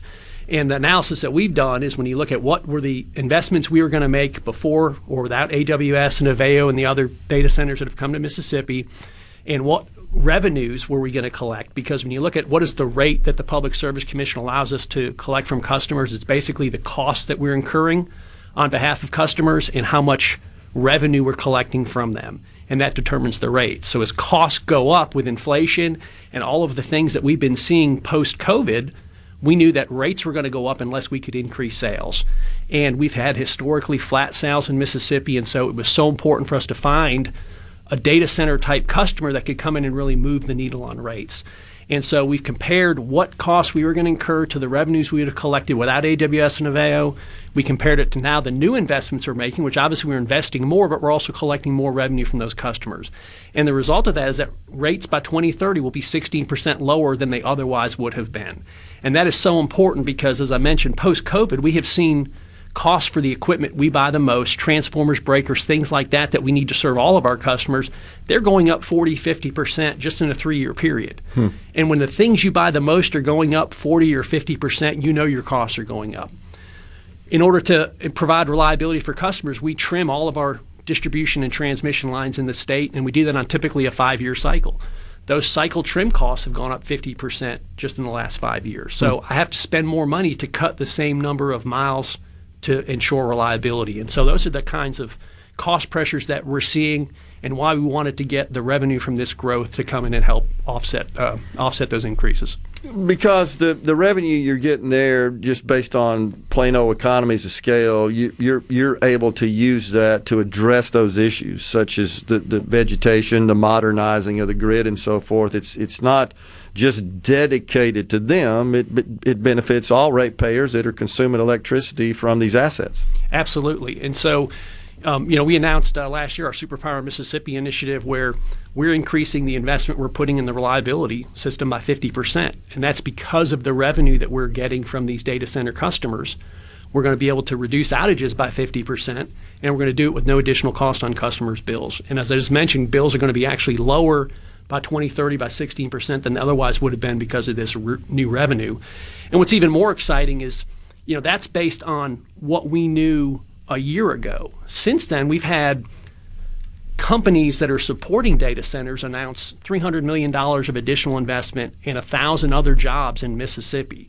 Companies like Siemens, Modine, ABB, Fabricated Pipe MMR. These are all expanding in western Mississippi. They're creating jobs. Big criticism of data centers is they don't create a lot of jobs. Well, AWS is creating 2,000 permanent jobs, and now we've got another 1,000 permanent jobs being supported by that industry here in Mississippi. And that's a great story that I don't know is being told by enough people. And in fact, the terms of the contract are such that AWS has to have that number of full-time employees for an extended period of time, or else there are clawbacks in some of the incentives. That's part of the contract. They can't just say, yeah, we're going to do that and make that commitment, but not have some contractual obligation and some consequences if they don't honor that commitment. So they've told me they've already got 500 full-time employees, badged Amazon employees, involved with the 5 buildings that are online right now in Canton. So, and more coming as more buildings come online. So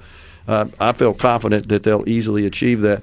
So just help us understand this I guess this suggestion is what I'm going to call it by people that, well, there's this private contract between Entergy and AWS services, and it's got a deeply discounted rate, kilowatt per hour rate, I think is right, how that works in the electric business, sales business.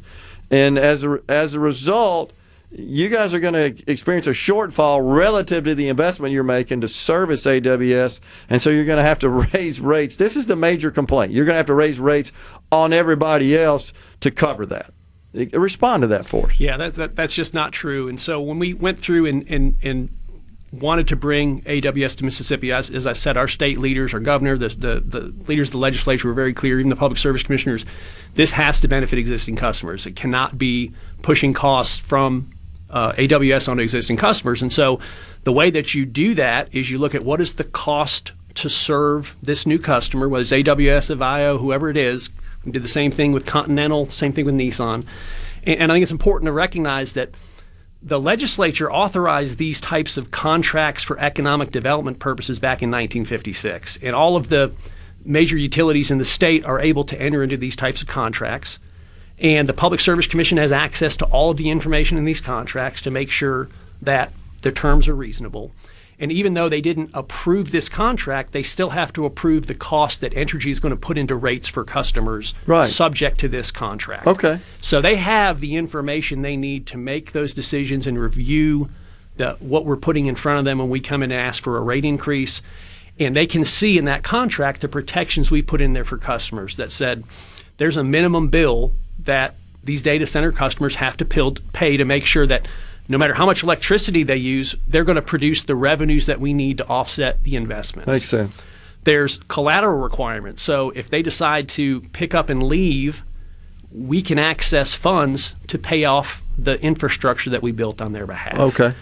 These protections are all in the agreement, and like I said, we've shared it with the public utility staff, with public service commissioners, and they can validate that those protections are in there for customers.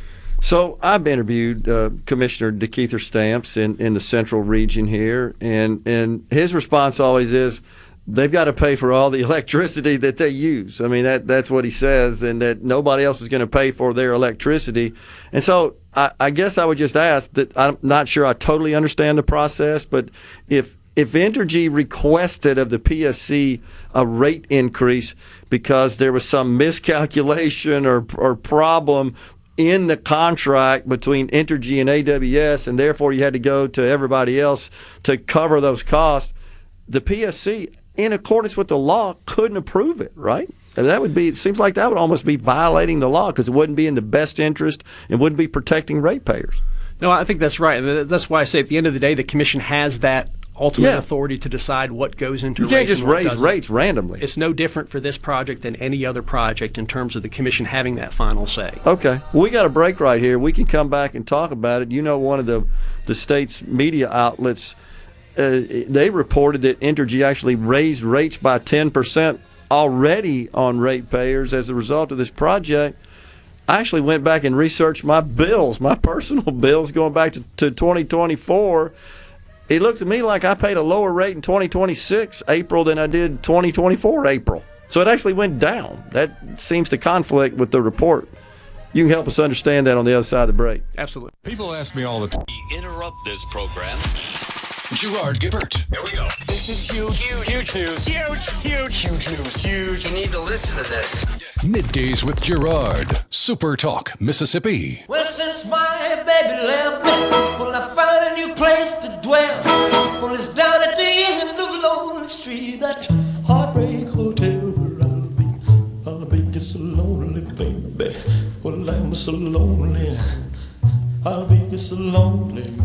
We're back with you in the Element Well studio. It's Jeremy Vanderloo, Vice President of Business Operations and Strategy for Entergy Mississippi. We're just talking about something that is top of folks' mind around the state of Mississippi, as we've got, I think, 7 sites where construction is occurring for data centers, and maybe a number of those, 6 or 7, I believe, are in your footprint, if I'm not mistaken, or maybe all of them are. right, with respect to electricity. Yeah, we've got the 5 data center sites in our territory. Okay. 4 are AWS and 1 is Avio. Okay, gotcha. So, and then there's a couple of other electricity providers that cover other regions of the state. For the most part, Entergy kind of split the state in half. On the western half is Entergy's footprint, correct? That's and then right. you got TBA and Mississippi Power. Right. And then, of course, you got the cooperative electric power associations embedded within that, right? That's right. Thank you for pointing that out. So, but with respect to that, before we went to break, Jeremy, I just asked the question. I just don't see that the PSC is going to be sympathetic or friendly if you show up and say, I'm sorry, guys, we miscalculated this deal on AWS and we're respectfully requesting a rate increase on everybody else. They're not going to approve that. No, you're right. And the thing about these projects that people don't understand, these are some of the most highly scrutinized projects that we've ever had at Entergy Mississippi. And obviously because of the magnitude of the investments we're making and just the visibility of AWS and the legislation. But we don't have any other projects that go through 2 levels of audits like this before they're even brought to the commission, because we have to provide an audit to the public utility staff on the costs that we've incurred, and then the staff has hired a consulting firm who looks at those audits and looks at other information to make a decision to recommend cost recovery to the commission. Yeah. And we've never had that process before. And so it's been working fine so far, and we expect it to continue to work the way it's supposed to. And if they see issues, they are going to bring those to the attention of the commission. And of course, the commission has the authority to rule on it in the way that they're required to by law.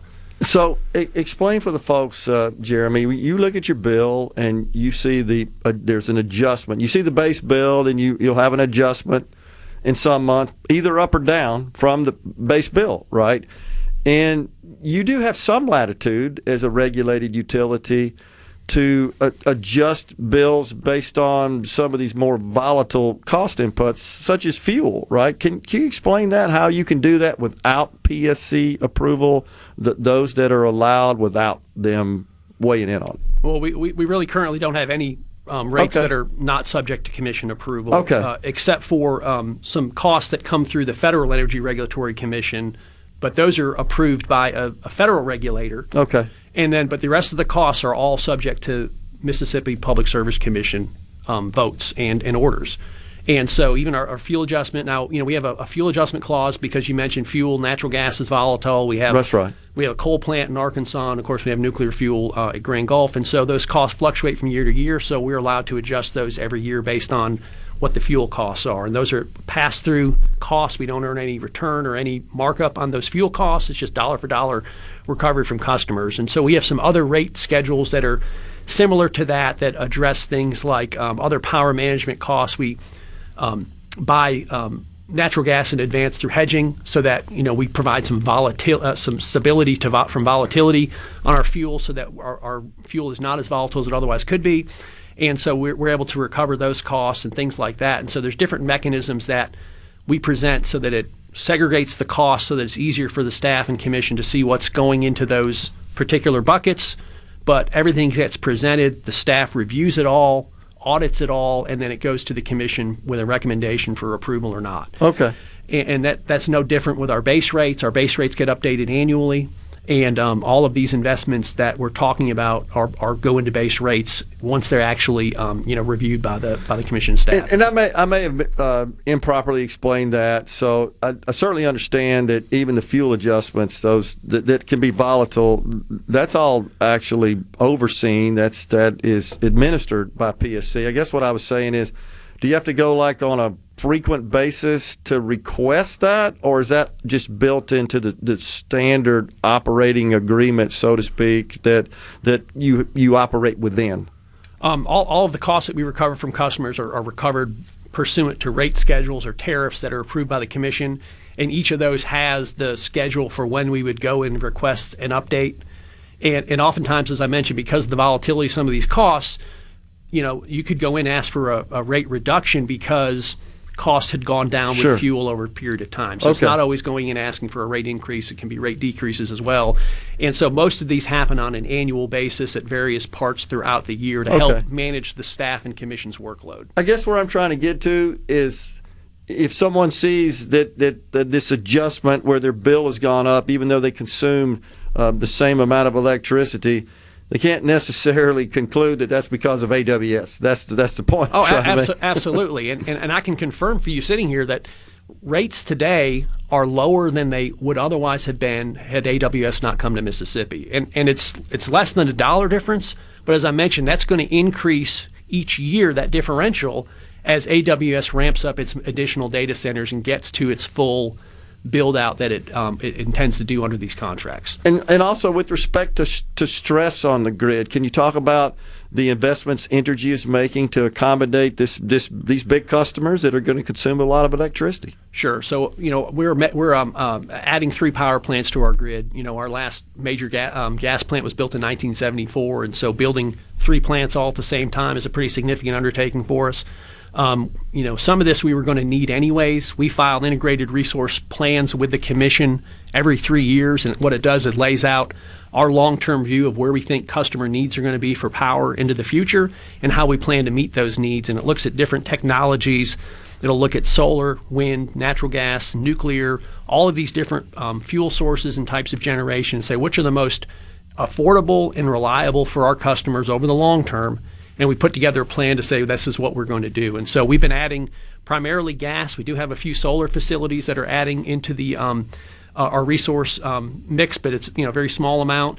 And we're doing that, of course, to maintain reliability of the grid. And we're part of the Mid-Continent Independent System Operator, which is a regional transmission organization. It gives us access to a competitive market where our generation has to bid in, and the most efficient generation will operate. Now, of course, the power plants that we're building today are going to be some of the most efficient in the MISO footprint, and so those are probably going to operate a lot. And all of that revenue that we get from that MISO market comes back to customers and helps offset the cost of this generation. Okay. And I believe that Haley's explained to us before that maybe some capacity has been freed up from Grand Gulf. Is that correct? Am I saying that right? That it allows you guys to use that and direct it as part of the power you produce in the state? That's right. When Grand Gulf first came online, it was built really as almost a consortium of different energy operating companies, and the entity that owns Grand Gulf, System Energy Resources Inc., they own 90%. Of course, Cooperative Energy owns the other 10%. But that Entergy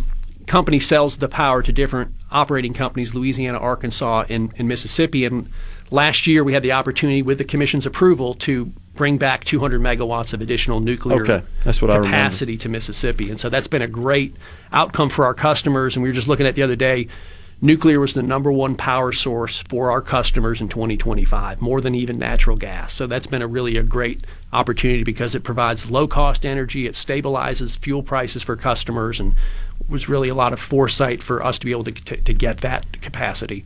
So you're in the process right now of building significant additional capacity and transmission infrastructure, which will accommodate AWS's and Avayo's needs and future needs. That's all part of the plan. That's the first thing that we want folks to be comfortable with. And I guess the second thing is just to reiterate, if you would, for us, Jeremy, that these big consumers of electricity, they may be big customers to you guys, and that's great.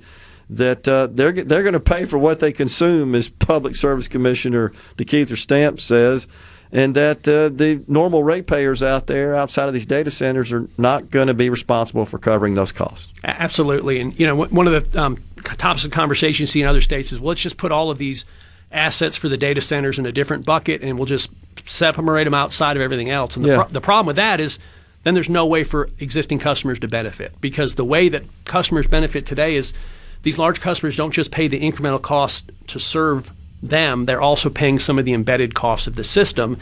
And so you take all of those costs and then the additional revenues, and when those come into rates, that's what's lowering rates for existing customers. Makes sense. If you don't have that combination, you're not going to have the benefits for existing customers. The reality is you want big customers like this. It's what we want. We as ratepayers to Entergy, we want you to have big customers to help pay for a lot of this infrastructure. We all need to make electricity more affordable and more reliable. Absolutely, and that's been a long-standing problem we've had in Mississippi. We just haven't had this type of growth to really move the needle on our rates, and this is finally that opportunity, and that's why it's so important that we're able to bring these customers to Mississippi. Enjoyed the conversation, Jeremy. Thanks for a lot for clearing all that up for us and being forthcoming about this. It's important. Thank you very much. Jeremy Vanderloo, Vice President of Business Operations and Strategy at Entergy Mississippi, has been our guest. We got half an hour of middays remaining. Stay with us.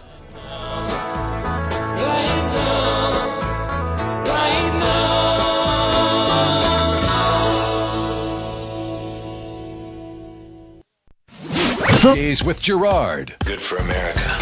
Good for fans of justice and truth. Good for us. SuperTalk Mississippi. This is what we stand for.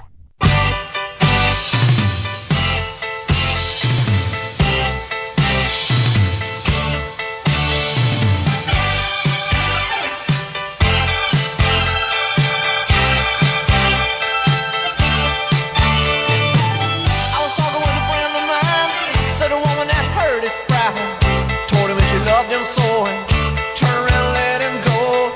Then he said you better watch your step or you're gonna get hurt yourself.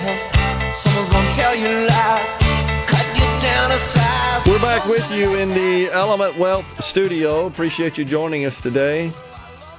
Thanks to the good folks at Entergy for allowing us to talk to Jeremy Vanderloo, Vice President of Business Operations and Strategy at Entergy Mississippi.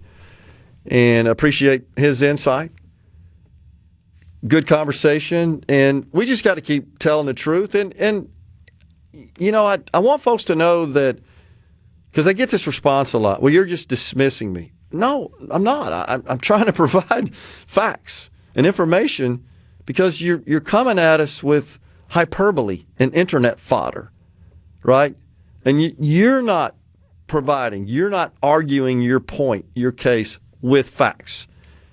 And certainly all of these concerns are valid. We don't want people to pay for electricity to power Amazon. We don't want that. We don't want to run out of water. We don't want that, obviously. We don't want pollution. We don't want that. We don't want noise. We don't want light. All the things that you see associated with data centers that folks have expressed concerns about, geez, we don't want that either. But it's also not what's happening. Now, I can't speak, well, I actually can, but I can't justify the other sites. And but by that, I mean in other parts of the country.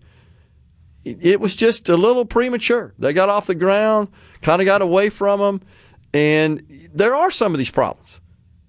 But the good news here is these were properly planned. And you know what else we had was the benefit of learning from the mistakes. That's what good managers do when they're trying to do something that's already been done. Well, what worked and what didn't? And I used to be part of what are called 2020 groups in business, where you'd meet twice a year with peers in other parts of the country in your same business. And before you attended, you'd have to provide to the organizer all sorts of information about your business. I mean, the deepest, darkest secrets. And you would do that, and they'd compile it and show you, just like the school comparison we were talking about, against everybody else in the group. And then showing averages and means and medians and all that sort of stuff. And the idea was to see how you stack up, because the average business owner is not going to just send you their financial statements, but you did as part of this group. And it was all done in confidence, and you all had to agree in non-disclosure agreements. And the point I'm making here is what you learn from that is what's working for you and what's not, because I want to avoid what didn't work for you. Same thing here. Any good manager, again, when they're looking at an endeavor that's simply replicating what's already been done, well, let's look at the positives and the negatives, and let's avoid the pitfalls, and let's leverage and capitalize on the what optimized outcomes. Same deal. And so we had the benefit of that because we weren't first out of the gate. Those are being corrected. They're being rectified, but it takes time. It takes money. But everybody points to the worst case situation where there was no or poor planning. In a lot of cases, you know this, Rhino, it's the damn government that, with all this regulatory garbage, that caused that problem. That's exactly what caused it. And so I'm proud of the fact that we did this right here. I think we will be a model for how to do this. and how to do more in the future. And I appreciate Entergy's partnership in the state of Mississippi and their presence, as well as the electric co-ops and TBA, and I don't want to leave them out as well, Mississippi Power. Entergy just has more of them in their footprint, and that's where you've seen, I guess, most of the complaints. But again, we can walk and chew gum at the same time. We can meet our needs for these technologies because the appetite is insatiable, as you've seen. And anybody that's watching the Anthropic IPO and the chip stocks, and I think, who was it yesterday, came out and said Marvell, one of the chip makers, is destined to be $1 trillion company here, another company valued at $1 trillion pretty soon. Our Secretary of Treasury, Scott Bessent, is all over this, and he actually includes this as part of the manufacturing resurgence in this company. Jensen Huang, he refers to these data centers as factories of intelligence. It's the modern manufacturing facility. He's right. So, good stuff. Appreciate that. George in Greenwood, by the way, said, the man from Indianola, our texter here, he was talking about, we talked about this earlier, is correct. They are building a new school for a failing school district, and they have already started taxing us on it. Bankrupt hospital, one of the highest car tags in the state. We're talking about in LaFleur County, in Greenwood there, right, Rhino? Isn't that where that's going on? Yep. Highest murder rate per capita, U.S. losing business. So what are our taxes paying for? Legitimate question. We couldn't find any evidence of taxes being increased. We did see where the county, the district, has sold bonds to fund this construction project. Isn't that what you said, Rhino? You saw that. And sometimes those bonds can be associated with an increase in rates, millage. That's how property taxes are figured. That's the factor that's multiplied by the assessed value. But we didn't see that any millage had been increased. In the school district, the city, the county, those governing bodies have the authority over that. So we shall see. I certainly I did some more digging. It looks like there is a LaFleur County Board of Supervisors back in September proposed a property tax increase of about 4%. Did it go through? Does it look like it went through?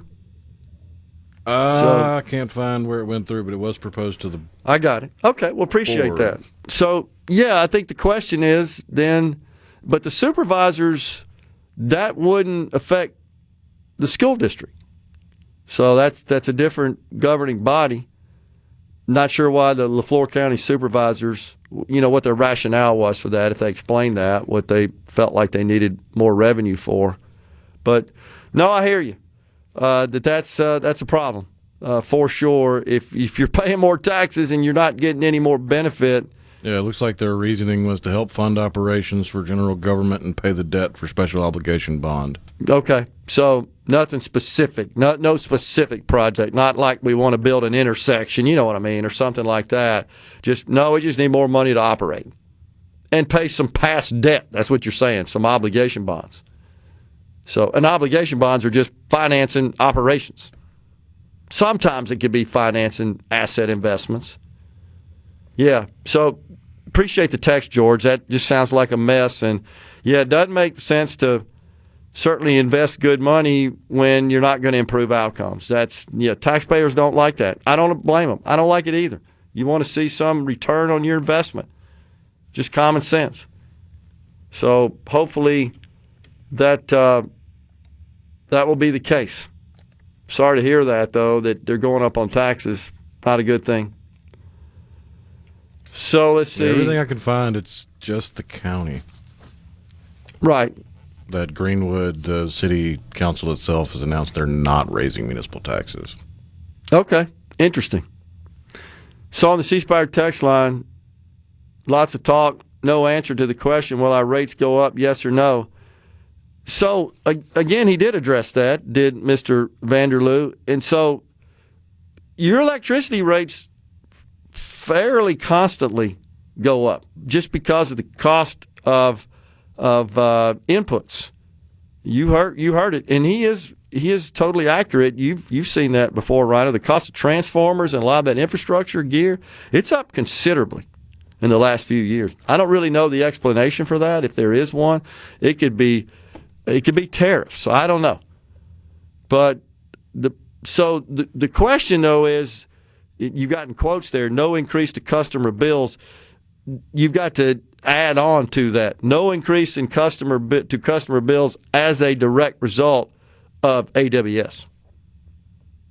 He never said your bills weren't going up. What he said was that they are not likely to rise. He felt confident in that and made that point, used that word, that they would not rise at the rate that they would without AWS. Now, my personal bill has actually gone down in terms of the charge per kilowatt hour since the AWS project began a year and a half ago.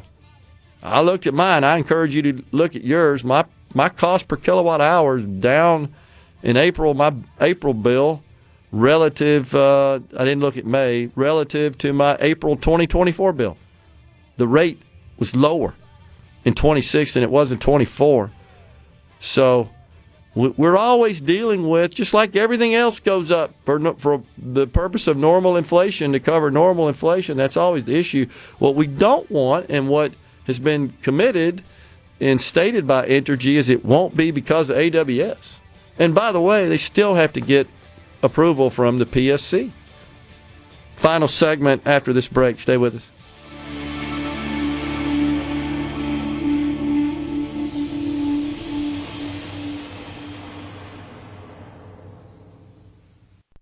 Now, covering the stories that matter most to Mississippians. Gerard Gibert. Middays with Gerard. SuperTalk, Mississippi.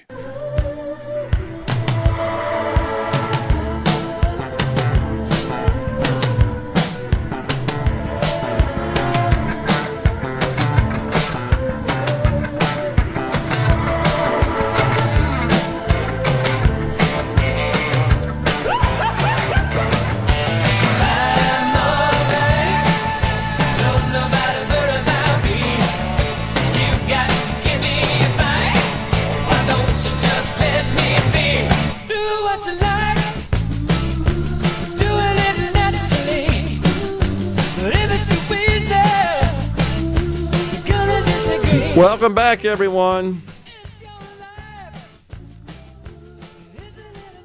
Who said, eventually, give them time, they will tax the taxes. Yep, sounds like it. Paula Meridian says, I've heard for the last 10 or 15 years, teacher pay raise, teacher pay raise. The rest of us are struggling to get by right now, and teachers get paid pretty good or better than most people in the state, so they can ride it out for a few years. Let's see what else we got. Ben from Madison, good conversation. Can't tell you how many times I run into people who believe these data centers are going to drive up utility costs. I always follow up with the question if their utilities have gone up, because mine haven't. And mine haven't either. And that was the point. Mine have actually gone down. And that's with 6 AWS buildings in production. No noise, no pollution, water pressure's good, and the power hasn't gone up, and we still got plenty of farmland. What's the problem? And they're going to be paying an enormous amount of ad valorem taxes to the school district, county, and city. And there are about 4,000 people involved in the construction that's going to go on for years. And 500 new employees, many of whom have moved into the area and are buying property and spending money in the stores, etc., all generating revenue. Chris in Forest County says, as a former supervisor, I can tell you that we never borrow money for operations and maintenance, but only for capital projects. And I certainly didn't mean to insinuate that Greenwood or LaFleur County, was doing that. But just when you read it, it was pretty vague, Rhino. When you read their rationale for it, I don't know. That's still... It wasn't a specific project, but I hear you, Chris, which is, by the way, the smart way, the prudent way to run your finances. You start borrowing money for operation costs, you got trouble, no doubt, because that's never going away.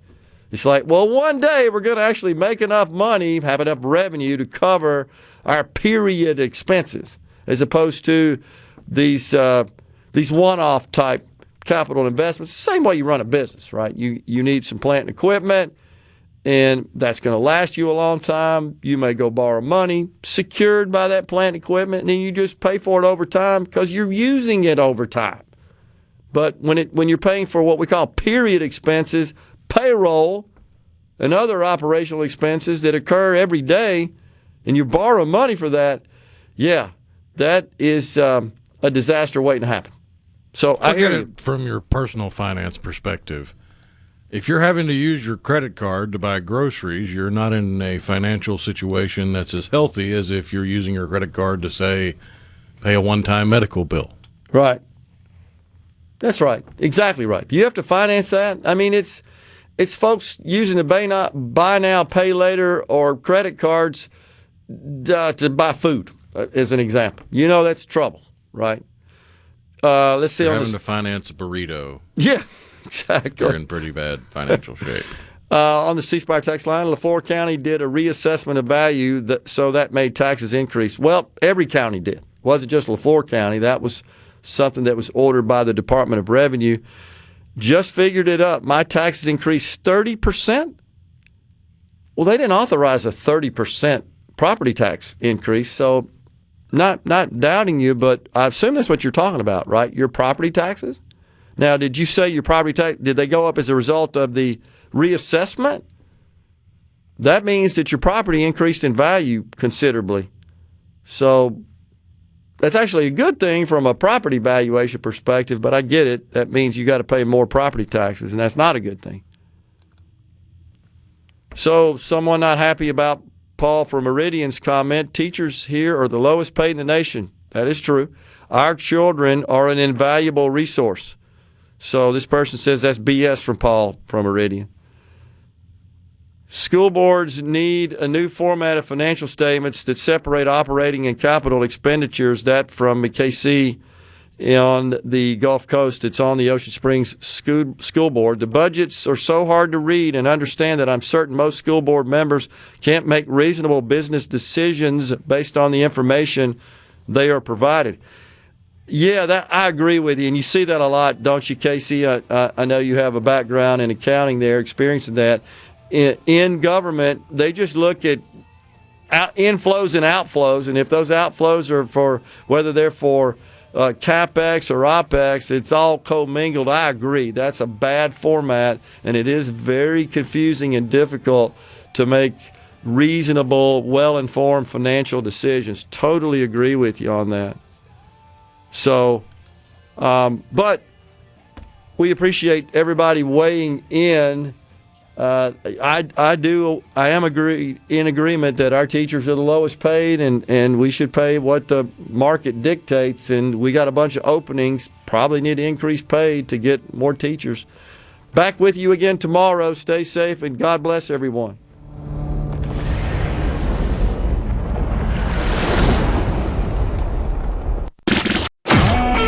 A SuperTalk Mississippi media production.